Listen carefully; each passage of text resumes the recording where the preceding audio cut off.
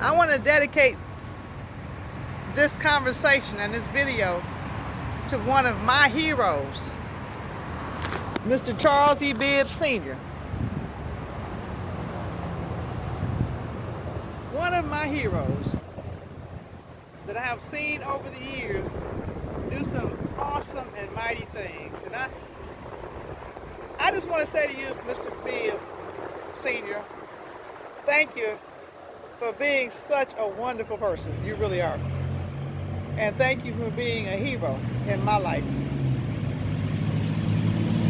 I'm standing here today, and as you know, I'm running for president of the United States of America for this 2020 election.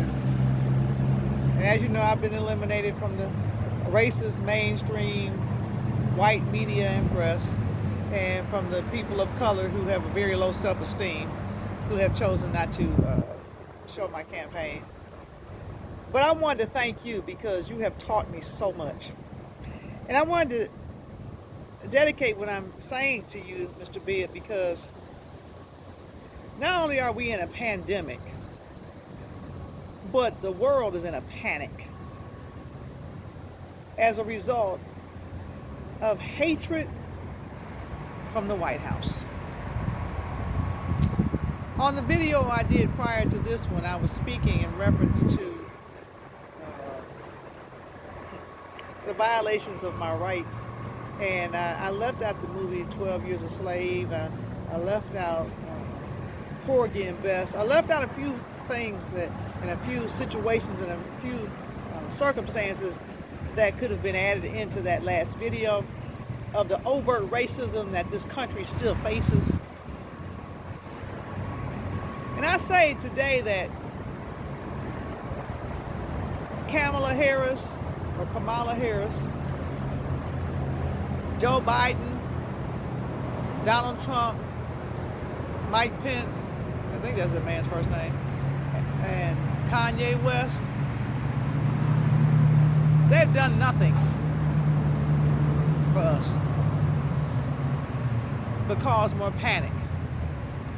And I'm still bothered, Mr. Bibb Sr., Charles E. Bibb Sr., by the mere fact that this country can shut down over a pandemic of a chemical war that was caused from members of the White House. And I'm bothered by that because no outrage has taken place over the murder of all these non-white people in this country. And I don't mean just black people either.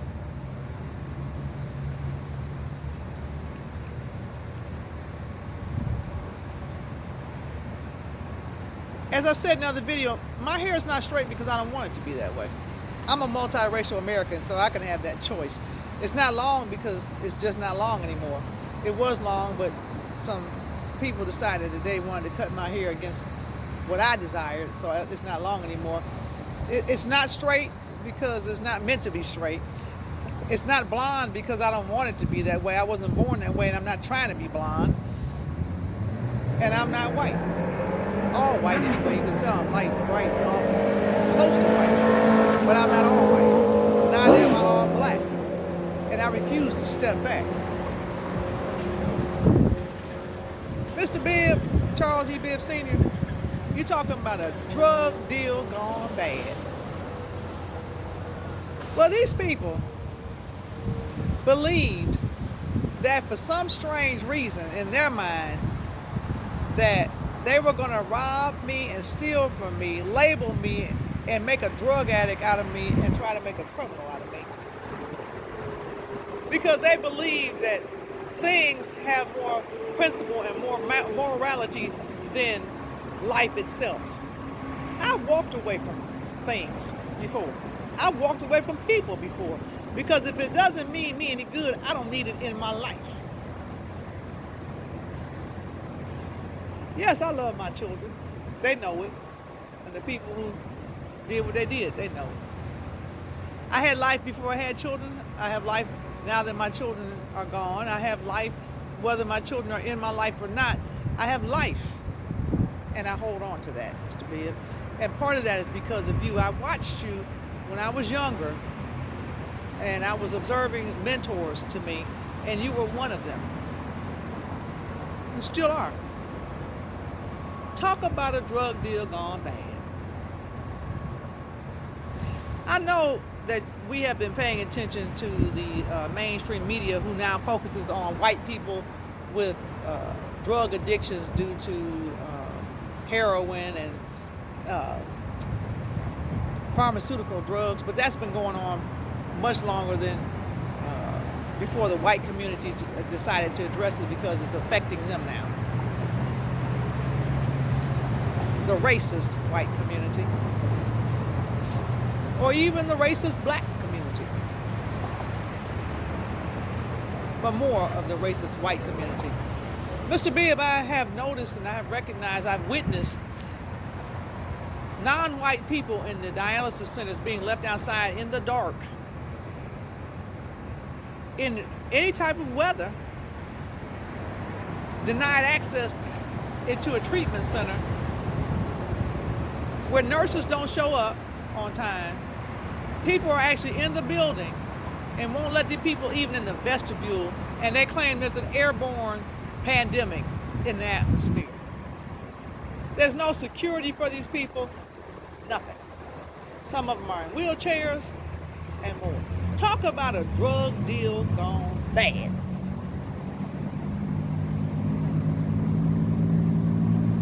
We have all of these chemical dependency programs to get people all the drugs, and the Department of Children's Services, Health and Human Services is trying to put me on drugs because I challenge them, as well as some of the people of the courts.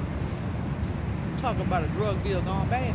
I don't need that. I have the Holy Ghost, which keeps me.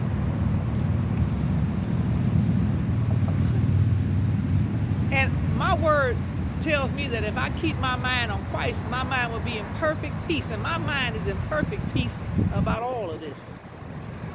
Talk about a drug deal gone bad.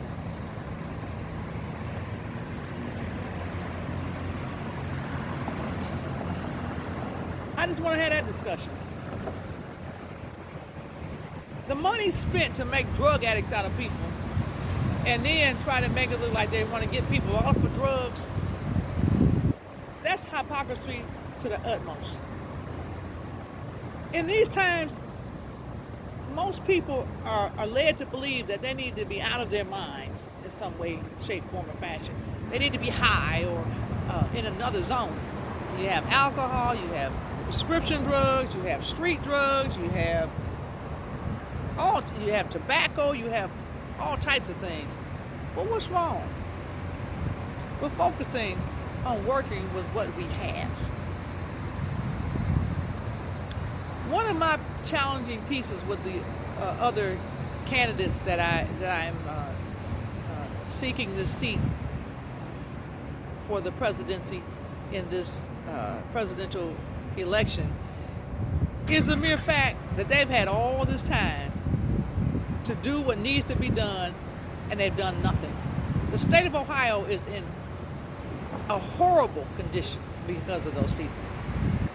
And I'm tired of people coming through here exploiting us, desolating us, desecrating us, and denying us.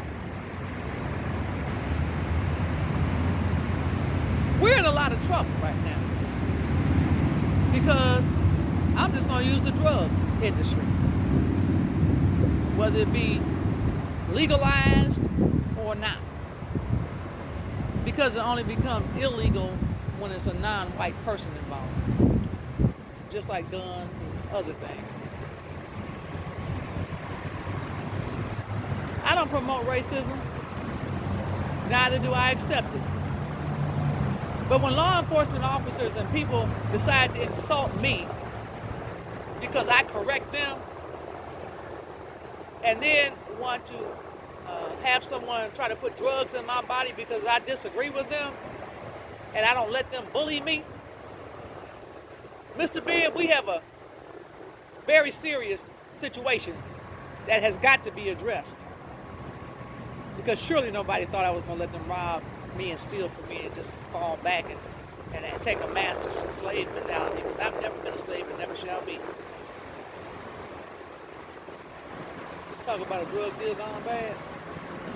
And every hand in on this must pay the consequences, whether it be family, friend, or foe. I thank you, Mr. Bibb, for always teaching me to keep my cool and to remain peaceful in all situations.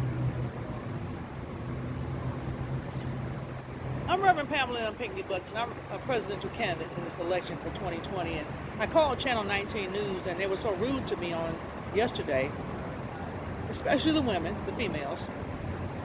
I had to ask them, is it necessary that you're rude to me all of the time? I've been coming to you all for 20 some years now, asking you for assistance on any matter, and you have refused to assist me. I had to say the same thing to law enforcement yesterday. Talk about a drug deal gone bad. I don't use drugs. Alcohol, tobacco, don't own guns. I'm not suicidal. I'm not homicidal.